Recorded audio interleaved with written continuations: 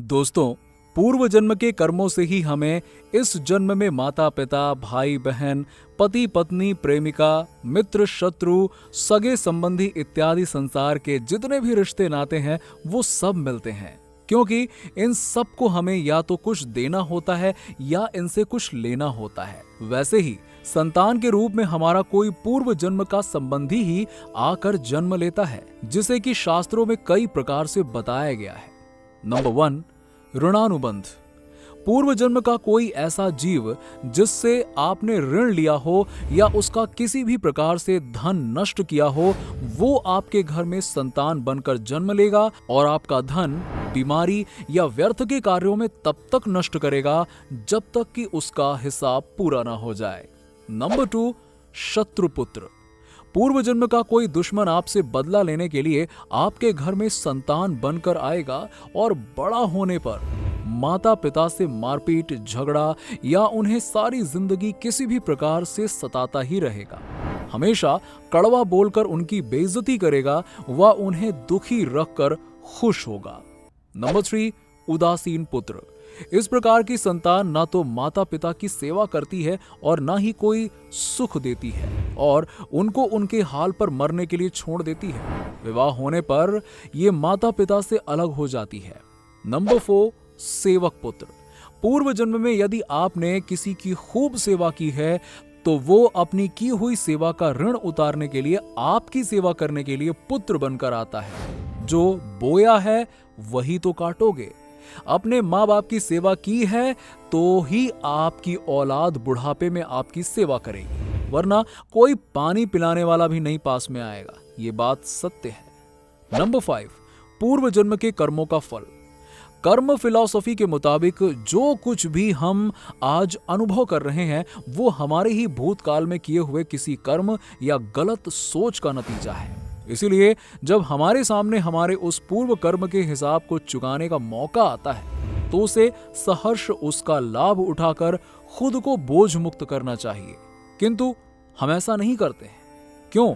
क्योंकि हम महसूस करने की लंबी प्रक्रिया से बचने के लिए और अपने आलस्य के स्वभाव से मजबूर अधिकांश दोष का टोकरा किसी और के सर पर रख देते हैं।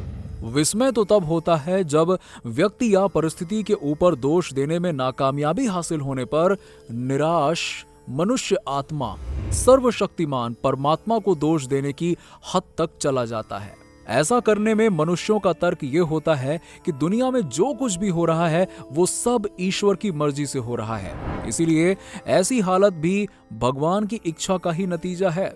सुनने में काफी हास्यास्पद लगता है, पर वास्तव में हम सभी दिन भर इस प्रकार की बचकानी गतिविधियों में लिप्त रहते हैं और जानबूझकर इसे भूलने का ढोंग करते हैं। हर इंसान अपने पूर्व जन्म के कर्मों के आधार पर सुख या दुख का अनुभव करता है।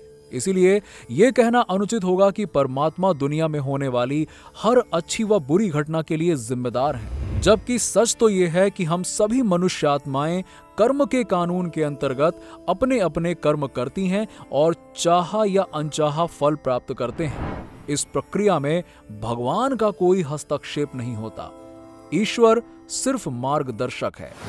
भगवान एक शिक्षक, एक मार्गदर्शक के रूप में हमें अच्छे कर्म करने का ज्ञान देते हैं, किंतु हमारी जगह आकर वो परीक्षा नहीं दे सकते। इसीलिए हमें बिना किसी को दोष दिए पूर्ण विश्वास के साथ स्वयं ही जीवन के हर इम्तिहान में उत्तीर्ण होकर आगे बढ़ना है। आप ये न समझें कि ये सारी बातें केवल मनुष्य पर ही लागू होती हैं। इन सारे प्रकारों में कोई सा भी जीव आ सकता है। जैसे कि आपने किसी गाय की निस्वार्थ भाव से सेवा की है तो वो भी पुत्र या पुत्री बनकर आ सकती है। यदि आपने गाय को स्वार्थवश पालकर उसके दूध देना बंद करने के पश्चात उसे घर से निकाल दिया तो वो ऋणानुबंध पुत्र या पुत्री बनकर जन्म लेगी। यदि आपने किसी निरपराध जीव को सताया है तो वो आपके जीवन में शत्रु बनकर आएगा।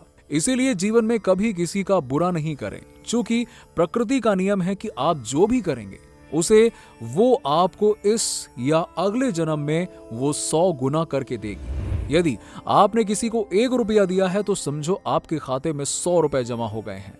यदि आपने किसी का 1 रुपया छीना है तो समझो आपकी जमा राशि से 100 रुपए निकल गए। जरा सोचो कि आप कौन सा धन साथ लेकर आए थे। और कितना साथ लेकर जाओगे। जो चले गए वो कितना सोना चांदी लेकर चले गए। मरने पर जो सोना चांदी धन दौलत बैंक में जो ये सब पड़ा है ना, समझो वो व्यर्थ ही कमाया।